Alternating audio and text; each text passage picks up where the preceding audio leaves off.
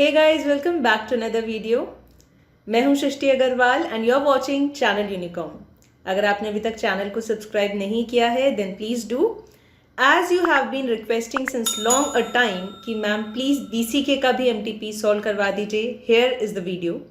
Before starting let me tell you, business loss के दोनों MTP solve करवा दिए हैं कनिका मैम ने, और इकोनॉमिक्स का सॉल्व एमटीपी भी चैनल पर अपलोड कर दिया गया है. अगर आपने नहीं देखा है मैं नीचे डिस्क्रिप्शन में लिंक दे रही हूँ, you can watch them. Also I am giving link of all the important revision videos for BCK in the description box below, so that आपको ढूंढना नहीं पड़ेगा. और जो लोग भी आप में से रिविजन करना चाहते हैं बीसीके का, कम टाइम में अच्छे से आप रिविजन कर पाएंगे. So guys, without wasting any time, let's start our video for the day, our session for the day. We are going to solve the current MTP by ICAI. जैसा कि आप स्क्रीन पर देख सकते हैं, you can see on the screen. Here is part 2 of the MTP October 2021 Series 1 BCK. को already मैं आपको सॉल्व करवा चुकी हूँ. सो अभी हम BCK सॉल्व करने वाले हैं. सो देखिए, टोटल 40 क्वेश्चंस है एज यू ऑल नो. तो एक एक करके हम सारे क्वेश्चंस को सॉल्व करेंगे. Let's begin. Question number 1 is marketing, finance, operations, human behaviour, law and policy, economics all together derive BCK. इस स्टेटमेंट से आप क्या समझते हैं बीसीके की डोमेन के बारे में? मैंने आपको बताया था जब हमने पढ़ा था बीसीके के बारे में, it is vast, expanding, it is eclectic, और you can say it is multi disciplinary. Eclectic का मतलब ही मल्टी डिसिप्लिनरी होता है, मतलब अलग अलग डिसिप्लिन यानी कि सब्जेक्ट से आया है BCK. So answer is C. Next देखिए question number 2. Gain for one is a loss for someone else. कोई भी एक इवेंट हुआ एनवायरमेंट में, किसी के लिए वो नुकसानदायी हो सकता है, किसी और के लिए वो अपॉर्चुनिटी या फायदेमंद हो सकता है. ये कंसेप्ट जो है ये एक कैरेक्टरिस्टिक को शो करता है बिजनेस एनवायरनमेंट की, वन ऑफ द कैरेक्टरिस्टिक्स को. वो क्या है? सो of course it is multi faceted. मतलब किसी एक के लिए थ्रेट हो सकता है और किसी और के लिए सेम इवेंट अपॉर्चुनिटी हो सकता है. ये क्वेश्चन इंपॉर्टेंट है, पहले भी एग्जाम में पूछा गया है, सो आपको आना चाहिए. It is multi faceted, right. Next देखिए question number 3. Bank of Madura was acquired by which of these. Currently किसने एक्वायर किया बैंक ऑफ मदुरा को? याद रखना ICICI बैंक लिमिटेड. देखो इस पूरे एमटीपी में टोटल 40 क्वेश्चन है बीसीके के. चैप्टर 3 में से यहाँ पर 7 क्वेश्चंस पूछे गए हैं और चैप्टर 6 में से यहाँ पर 5 क्वेश्चंस पूछे गए हैं. ये 7 के 7 क्वेश्चंस थोड़े इंपॉर्टेंट हो जाते हैं एग्जाम पर्सपेक्टिव से, क्योंकि रीसेंट एमटीपी है. और चैप्टर 3 में मैंने आपको पहले भी बोला है, अगर आप लोगों के पास अब टाइम नहीं है, आपने पहले से नहीं किया है, तो अब ज़्यादा दिमाग मत लगाना. जितने भी बैक क्वेश्चंस है चैप्टर 3 के आपके मॉड्यूल में दिए हुए, पास्ट ईयर क्वेश्चन और एमटीपी के जो क्वेश्चंस है उनको एटलीस्ट याद करके चले जाना. सो मैक्सिमम आप क्वेश्चन सॉल्व कर पाओगे. ऑलराइट. सो नेक्स्ट देखो question number 4. Policy context has a core motive behind it which is. So policy अगर गवर्नमेंट बनाती है तो उसके पीछे कोर मोटिव होता है, वो होता है overall development, holistic development. So answer हो जाएगा सी.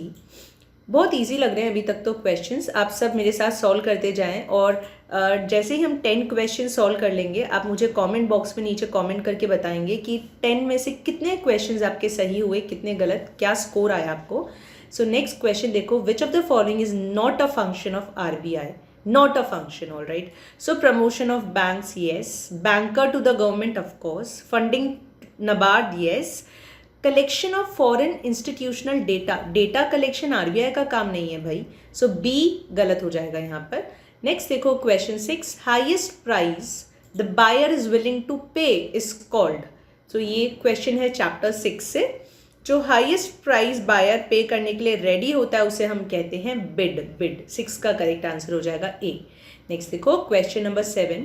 The structure in which there is separation of ownership and management. जहाँ ओनरशिप और मैनेजमेंट अलग अलग होते हैं उसे हम कंपनी फॉर्म ऑफ बिजनेस कहते हैं. We know that. So C is the right answer. Next देखो question number 8. Which of the following is not an example of socio cultural environment. इनमें से कौन सा सोशियो कल्चरल एनवायरनमेंट का example नहीं है, ठीक है, नॉट एन एग्जाम्पल। तो देखो, role of women in the society, of course it is, family structure क्या है, एजुकेशनल लेवल्स क्या हैं, ये सब सोशियो कल्चरल एनवायरनमेंट में आते हैं। क्या नहीं आता? Rising income. Alright, so next देखिए question number 9, which of the following is founded by 2 Danish engineers taking refuge in India. 2 Danish engineers थे जिन्होंने रेफ्यूज लिया था इंडिया में, और उन्होंने इंजीनियर्स ने मिलकर ये कंपनी बनाई। तो कौन सी कंपनी है भाई ये? आप जानते हैं L&T। सो 9th का करेक्ट आंसर हो जाएगा Larsen and Toubro limited, L&T। Next देखो question number 10, policy formulation process is, we know it is bi directional, ठीक है, बाई डायरेक्शनल होता है। नेक्स्ट देखो question number 11, free and fair competition insures all except, मतलब जब फ्री एंड फेयर कॉम्पिटिशन होता है तब इनमें से क्या नहीं होता, ठीक है। Punishing the laggards, true. Increase efficiency, yes. Encourages innovation, yes. But boost the fixed choice preferences of consumers, ऐसा कुछ नहीं है, ठीक है, ये बिल्कुल भी नहीं है। So this will be the correct option. Next देखो क्वेश्चन नंबर 12, मैं फिर से बोल रही हूँ, जो भी चैप्टर 3 के क्वेश्चंस है, चैप्टर 6 के क्वेश्चंस है, याद रखना, उनको थोड़ा सा दिमाग में रखना, क्योंकि चैप्टर 3 और 6 दोनों ही आपको याद करने रहते हैं। नेक्स्ट देखो, security whose price is derived from another underlying asset is called. मैंने आपको जब पढ़ाया था तब भी बताया था, एक ऐसा एसेट जिसकी वैल्यू किसी और एसेट पर डिपेंड करती है उसे हम डेरिवेटिव कहते हैं, सिंपल। नेक्स्ट देखो, ये तो सबको आता होगा, कमेंट सेक्शन में मुझे कमेंट करके बताइए करेक्ट आंसर क्या है। प्राइवेट लिमिटेड कंपनी में मैक्सिमम नंबर ऑफ मेंबर्स कितने होते हैं? Maximum number of members. I am waiting for your comments. Yes, जी हाँ, क्वेश्चन का राइट आंसर है 200। नेक्स्ट देखो, एनवायरमेंटल एनालिसिस हेल्प्स इन, भाई एनवायरमेंटल एनालिसिस से क्या क्या फ़ायदे होते हैं, इंपॉर्टेंस ऑफ एनवायरमेंटल एनालिसिस। तो ये आपको स्ट्रैटेजिक डिसीजन मेकिंग के लिए करेक्ट इनपुट देता है, ये थ्रेट को एडवांटेज में कन्वर्ट करने के लिए आपकी मदद करता है, और हमारी मदद करता है हम अपॉर्चुनिटीज़ को पहचानें और सही तरीके से स्ट्रैटेजीज बनाएं, सही रिस्पॉन्सेज प्लान कर सकें। So of course all of the above is the right answer. Alright, next देखिए question number 15, which one of the following is not a foreign company. इनमें से कौन सी फॉरेन कंपनी नहीं है, ठीक है, नहीं है। सो ऑफ कोर्स डॉक्टर रेड्डी जो है, डॉक्टर रेड्डी फॉरेन कंपनी नहीं है, इंडियन कंपनी है, तो ये आपको याद रखना है। नेक्स्ट देखिए, प्राइवेटाइजेशन में not be कंसेप्चुअलाइज्ड in the form of. तो प्राइवेटाइजेशन के अलग अलग टाइप्स या कंसेप्ट हमने पढ़े थे, डाइवेस्टमेंट, डिसइन्वेस्टमेंट, और डिस्प्लेसमेंट भी एक तरीके का डिसइन्वेस्टमेंट ही होता है, ठीक है, ये हमने नहीं पढ़ा, but then let me tell you. So ये ए और बी तो हमने पढ़े ही हैं, D is also type of B only. So dedication ये कोई इकोनॉमिक या बिजनेस से रिलेटेड वर्ड नहीं है। डेडिकेशन का मतलब है यहाँ पर मिलता जुलता सा, बोलने में मिलता जुलता सा वर्ड इन्होंने डाल दिया कंफ्यूज करने के लिए। तो डेडिकेशन मतलब आप किसी चीज़ के लिए कितना डेडिकेटेड हो, कितना समर्पित हो, कितना ज़्यादा आप एंथुसियास्टिक हो, सिंसियर हो उसके लिए, ठीक है, सीरियस हो। So that is dedication, it is not a form of privatisation. Next देखिए question number 17, which one of the following is not a SEBI function as one body. तो हमने सेबी के जब फंक्शंस पढ़े थे हमने देखा था 3 तरीके के फंक्शंस सेबी जनरली परफॉर्म करता है। इट्स क्वेसी, लेजिस्लेटिव, जुडिशियल और एग्जीक्यूटिव, राइट। सो क्वेसी फिजिकल कुछ भी नहीं है, तो ये गलत आंसर हो जाएगा आपका। नेक्स्ट, एडीआर स्टैंड्स फॉर, हम सब जानते हैं, अमेरिकन डिपॉजिटरी रिसीट। अगर जीडीआर होता तो global depository receipt, right. Next देखो क्वेश्चन नंबर 19, ये क्वेश्चन भी काफ़ी बार पूछा जा चुका है। एचयूएफ जो है उसमें कौन नहीं हो सकता, किसके मेंबर्स एचयूएफ में नहीं हो सकते? भाई मुस्लिम फैमिली के नहीं हो सकते, सीधी सी बात है। हिंदू, जैन, सिख, बुद्धिस्ट सारे फैमिलीज़ के लोग अलाउड हैं एचयूएफ में, मुस्लिम फैमिलीज़ पर एचयूएफ अप्लाई नहीं करता। नेक्स्ट देखो क्वेश्चन नंबर 20 पेस्टिल पर है। PESTEL is an important topic from exam perspective, और मैंने आपको पढ़ाते हुए भी बताया था कि पेस्टिल जो एनालिसिस होता है वो मैक्रो एनवायरनमेंट से रिलेटेड होता है, ठीक है, मैक्रो से related. So term PESTEL analysis is used to describe a framework for analysing macro environment, ठीक है। So now as you have completed 20 questions. अब आप मुझे एक बार जल्दी से नीचे कमेंट बॉक्स में कमेंट करके बता दीजिए कि 20 में से आपने कितने क्वेश्चंस जो हैं राइट मार्क किए हैं और कितने क्वेश्चंस रॉन्ग मार्क किए हैं. In short I want to know your marks. अगर आपने 4 क्वेश्चन गलत किए हैं तो 1 नंबर आपका कट जाएगा, मतलब 16 मार्क्स आपको करेक्ट के मिलेंगे और -1 4 गलत करने के, तो 15 मार्क्स हो गए 20 में से. इस तरीके से आप अपने मार्क्स कैलकुलेट करके जल्दी से सभी लोग जो भी मुझे देख रहे हैं कमेंट बॉक्स में कमेंट करके ज़रूर मुझे बता दें. अब चलिए बाकी के 20 क्वेश्चंस भी हम एक एक करके सॉल्व कर लेते हैं. देखो, question 21 is Indian LPG is the product of which corporation in India. Again chapter 3 का question, IOCL, Indian oil corporation limited, याद रखना IOCL. नेक्स्ट देखो question 22, simplification of trade restrictions related to import is an example of. भाई आपने import से related जो भी trade regulations थे, रेस्ट्रिक्शंस थे, उनको थोड़ा सिंप्लीफाई कर दिया, ईजी कर दिया उन्हें. ठीक है, तो ये किसका एग्जाम्पल है? ये ग्लोबलाइजेशन का एग्जाम्पल है. ऑलराइट, नेक्स्ट देखो 23, RBI has been vested with extensive power to control and supervise the commercial banking system under the. तो भाई हम जानते हैं, हमने चैप्टर पढ़ा है कि RBI को जो पावर्स मिले हैं, 2 एक्ट्स हैं जिन्होंने RBI को पावर्स दिए हैं. एक तो RBI एक्ट है 1934 का और एक 1949 का बैंकिंग रेगुलेशन एक्ट है. सो इसका आंसर क्या हो जाएगा? बोथ A and B हो जाएगा. नेक्स्ट क्वेश्चन 24, नेक्स्ट देखो, is a strategy that is used to minimize the risk of a particular investment and maximize the returns of an investment. भाई कभी भी आपको अगर किसी भी सिक्योरिटी पर, इन्वेस्टमेंट पर रिस्क मिनिमाइज करना होगा, ठीक है, और रिटर्न को मैक्सिमाइज करना हो तो उसे हम कहते हैं हेजिंग. ठीक है, so correct answer will be C. Next देखो question 25, which one of the following is not an economic objective of the firm. Not an economic objective, right? So sales growth of course होता है economic objective. Improvement in market share, yes. Profits and return on investment, जी हाँ. Conservation of natural resources तो एक environmental या social objective आएगा ना, तो ये आपका इकोनॉमिक ऑब्जेक्टिव नहीं होता. सो करेक्ट आंसर यहाँ पे हो जाएगा D. ठीक है, नेक्स्ट देखो क्वेश्चन नंबर 26, आपको इनकरेक्ट मार्क करना है. ठीक है, you have to mark incorrect. Partnership implies contractual ownership of business, जी हाँ. Liability of partners is limited, ओहो भाई नहीं. सबसे बड़ा ड्रॉबैक यही है एक traditional partnership form of business का कि लाइबिलिटी अनलिमिटेड होती है पार्टनर्स की. ठीक है, तो ये गलत हो गया, आगे पढ़ने की भी ज़रूरत नहीं है, ये गलत है भाई. खुद का घर, रोटी, कपड़ा, मकान सब बिक जाता है पार्टनर्स का, तो लाइबिलिटी अनलिमिटेड होती है. ठीक है, नेक्स्ट देखो, अगर C और D पढ़ोगे आप तो दोनों सही हैं, है ना, तो इनकरेक्ट क्या हो गया? B हो गया. नेक्स्ट देखो question 27, it says who is the present CEO and MD of L&T. तो L&T पर पहले भी एक क्वेश्चन पूछा इन्होंने और अब वापस से पूछा है. So who is the present CEO and MD? S.N. Subrahmanyan. ठीक है, so he is the present CEO and MD of L&T, याद रखना. नेक्स्ट देखो 28, which of the following statements about RBI is incorrect. Question को ध्यान से पढ़ना, इनकरेक्ट पूछ रहा है. Okay, it deals largely with government, central bank and state bank. ठीक है, its role is to ensure monetary stability. yes, बिल्कुल सही बात है, monetary stability की responsibility RBI की है. one of its missions is to protect the interest of policy holders. ये तो भाई IRDA का काम होता है ना, ये कोई इंश्योरेंस एजेंसी या इंश्योरेंस ऑर्गेनाइजेशन थोड़े ना है RBI. ठीक है, RBI is the banker of all the banks in the India, in country. Yes, so ये गलत हो जाएगा. और D भी है जो इशूअर ऑफ करेंसी, सही है, सोल अथॉरिटी है जो करेंसी इशू करते हैं, तो करेक्ट आंसर हो जाएगा ऑप्शन C. ठीक है, नेक्स्ट देखो क्वेश्चन नंबर 29,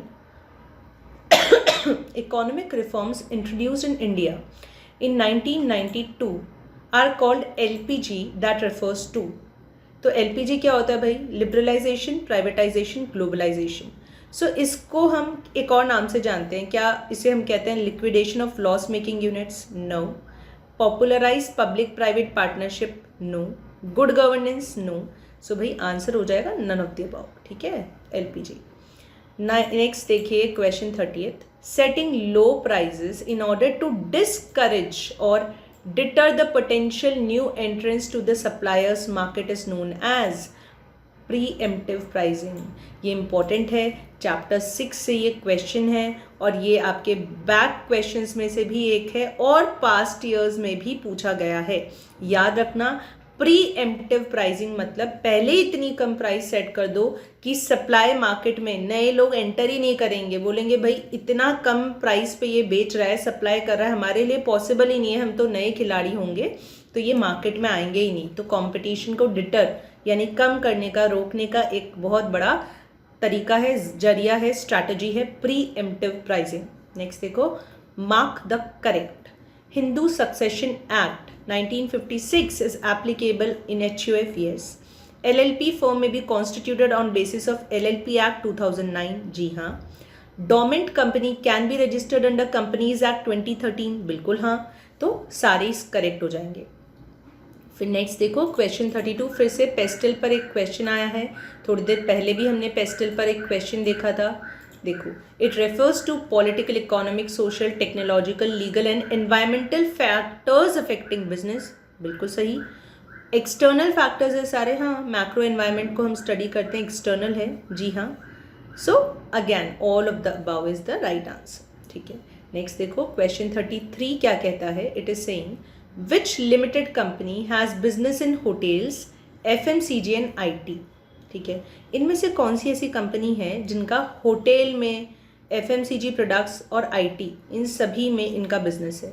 तो भाई होटल तो इन्फोसिस, HUL और विप्रो का तो आज तक हमने सुना नहीं, पर ITC मौर्य, ITC का तो होटल होते ही हैं, तो आप आसानी से होटल सुन के ही समझ सकते हैं ITC limited is the answer. Again a reminder, chapter 3 का क्वेश्चन है, याद रखना। सेम क्वेश्चन आ सकता है एग्जाम में। क्वेश्चन 34 देखो, identify the one which may be considered as a public policy. ये सेम क्वेश्चन पहले भी एग्जाम में आ चुका है। सेंट्रल गवर्नमेंट ने एक डिसीजन लिया to purchase a fleet of cars. It is merely a decision, ये कोई पब्लिक पॉलिसी नहीं है, ठीक है, okay. An old building to be demolished by municipal corporation, ठीक है भाई, ऐसा कोई पब्लिक पॉलिसी नहीं है कि सभी के लिए एप्लीकेबल होगी और इसका बहुत बड़ा इम्पैक्ट आएगा, सभी लोगों को फॉलो करना होगा या सभी के लिए नया रूल या रेगुलेशन बन रहा है, ऐसा नहीं है। All citizens are to be provided with biometric Aadhaar card. हाँ, ये एक पब्लिक पॉलिसी ज़रूर है, ठीक है। सो 34th का करेक्ट आंसर हो जाएगा C। नेक्स्ट देखो question 35, Who was the regulatory body for controlling financial affairs in India before SEBI? SEBI के पहले कौन था भाई? CCI था, controller of capital issues in India. जब हमने चैप्टर पढ़ा था तब मैंने अच्छे से आपको बार बार याद करवाया था ये कि इम्पोर्टेंट है। बैक क्वेश्चन भी आपके मॉड्यूल का और पहले भी एग्जाम में पूछा जा चुका है, इवन पास्ट MTP में भी पूछा है, याद रखना। SEBI से पहले CCI था, ऑलराइट। नेक्स्ट देखो question 36, what is consolidation? Consolidation क्या होता है भाई, है ना। सो कंसोलिडेशन क्या होता है, हम जानते हैं कंसोलिडेशन क्या होता है। Combination of 2 or more entities that occurs when the entities transfer all their net assets to a new entity created for that purpose, ठीक है। सो मान लीजिए 2 या 2 से ज़्यादा एंटिटीज है ABC, इन सब का सारा नेट एसेट्स जो है हम एक न्यूली क्रिएटेड एंटिटी मान लो ABCD लिमिटेड को ट्रांसफर कर दें। So this is consolidation. 36 का राइट आंसर हो जाएगा B, ठीक है। और यहाँ देखो ऑप्शन A को अगर पढ़ोगे, ऑप्शन A को, तो ये क्या होगा भाई, it is an expense that is suppose to reflect the loss in value of a fixed asset. ये होता है डेप्रिसिएशन, हम जानते हैं, राइट, ठीक है। नेक्स्ट देखिए question 37, who is the present chairman of Wipro limited? Wipro के प्रेजेंट चेयरमैन कौन है भाई? विप्रो के प्रेजेंट चेयरमैन कौन है? तो वो है रिशाद प्रेम जी, रिशाद प्रेम जी, ठीक है। विप्रो के प्रेजेंट चेयरमैन है Rishad Prem ji. Again important, chapter 3 से क्वेश्चन है, याद रखना, ठीक है। नेक्स्ट देखो question 38, business and technology are, आपके मॉड्यूल का क्वेश्चन है। वी नो बिजनेस और टेक्नोलॉजी इंटर रिलेटेड भी है, इंटर डिपेंडेंट भी है, मतलब C is the right answer. ठीक है, सारे क्वेश्चन जो आपके BCK के MTP में हैं वो बहुत स्ट्रेट फॉरवर्ड हैं, मॉड्यूल से हैं। इनफैक्ट आई कैन से कि 90% इवन यू कैन से 90% प्लस क्वेश्चंस जो बैक क्वेश्चंस हैं वहाँ से आए हैं। तो एग्ज़ाम में भी मैं आपको बार बार बोल रही हूँ, बैक क्वेश्चंस को अच्छे से करके जाना तो भी बहुत अच्छा स्कोर कर सकते हो। ठीक है, next is question 39। Self help groups SHGs जो होते हैं, they are catered specifically by, उनका ध्यान अक्सर उनका ध्यान जो है, ज़्यादातर पूरा ध्यान उनका कौन रखता है? भाई कौन रखता है? सारे के सारे डेवलपमेंट बैंक्स तो नहीं रखते, नबार्ड रखता है उनका ध्यान। ठीक है, सेल्फ हेल्प ग्रुप्स की रिस्पॉन्सिबिलिटी नबार्ड पर रहती है। Last question for the day is 40th question. देखो, government decides to spend 400 crores in the next 5 years for the benefit of women entrepreneurs in India. ये किसका एग्जाम्पल है? सीधी सी बात है, गवर्नमेंट स्पेंड करना चाहता है तो गवर्नमेंट का कभी भी खर्चा होगा, एक्सपेंसेस, गवर्नमेंट के एक्सपेंडिचर की या गवर्नमेंट के रेवेन्यू की हम जब भी बात करते हैं, एक्सपेंडिचर एंड और revenue by the government, it is about fiscal policy हम जानते हैं। सो करेक्ट आंसर हो जाएगा ए, सरकार के सारे खर्चे और रेवेन्यू फिस्कल पॉलिसी से रिलेटेड होते हैं। ऑलराइट गाइज, सो ये MTP हमने सॉल्व कर लिया। इकोनॉमिक्स का जो पार्ट 1 था वो मैं ऑलरेडी आपको पहले करवा चुकी हूँ डिस्क्रिप्शन में, और ऊपर आई बटन पर लिंक दिख रहा होगा, उसे क्लिक करके आप वीडियो देख सकते हैं। MTP जो था इको का, वहाँ पर 2 क्वेश्चंस के आंसर्स मेरे अकॉर्डिंग गलत थे, वो मैं आपको बता चुकी। मैं फिर से टेलीग्राम चैनल पर शेयर कर दूंगी आज। और BCK का ये जो सेकंड पार्ट है MTP का, ये हमने अभी सॉल्व कर लिया है। ठीक है, अब सीरीज 1 तो हो गया। Now series 2 has also been released by ICAI। ठीक है, सीरीज 1 में था अक्टूबर 21 के MTPs और सीरीज 2 में है नवंबर 21 के MTPs। सो अगर आप चाहते हैं कि मैं सीरीज 2 के इको BCK के MTP को भी डिटेल में सॉल्व करवाऊं तो नीचे कमेंट बॉक्स में ज़रूर कमेंट कीजिएगा। सो मैं जल्दी से आपके लिए वो वीडियोस लेकर आऊँगी, और रिविजन वीडियोस भी जल्द ही मैं BCK का लेके आने वाली हूँ, as you have been demanding. So guys, एक मिनट कीमती है, please focus on your studies, give your best and make this attempt your last attempt. Entire team of Unicom is with you all till your last day of the exam, and even after that all our best wishes are there with you. So see you soon, bye bye, take care.